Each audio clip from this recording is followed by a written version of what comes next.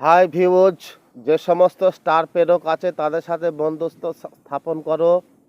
দেখো তোমাদের star automatic চলে আসবে।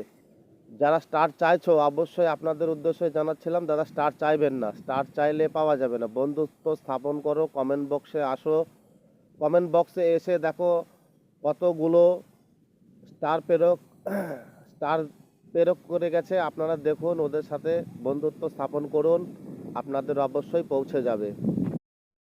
হাই ভিউজ, বলছিলাম যে এখন বর্তমান দিনখানে যা পরিস্থিতি হয়েছে আমাদের গ্রাম অঞ্চলে, এই গ্রাম অঞ্চলের পরিস্থিতিতে এক একটা মানুষের প্রত্যেকটা মাসে 15টা করে রুলস। এক একটা মানুষ 30 দিন কাজ করবে, 15 দিন যদি রুলসের পেছনে যায়, একটা লোকের শরীর অশরীর যদি খারাপ হয় সে কোন পর্যায়ে যাবে।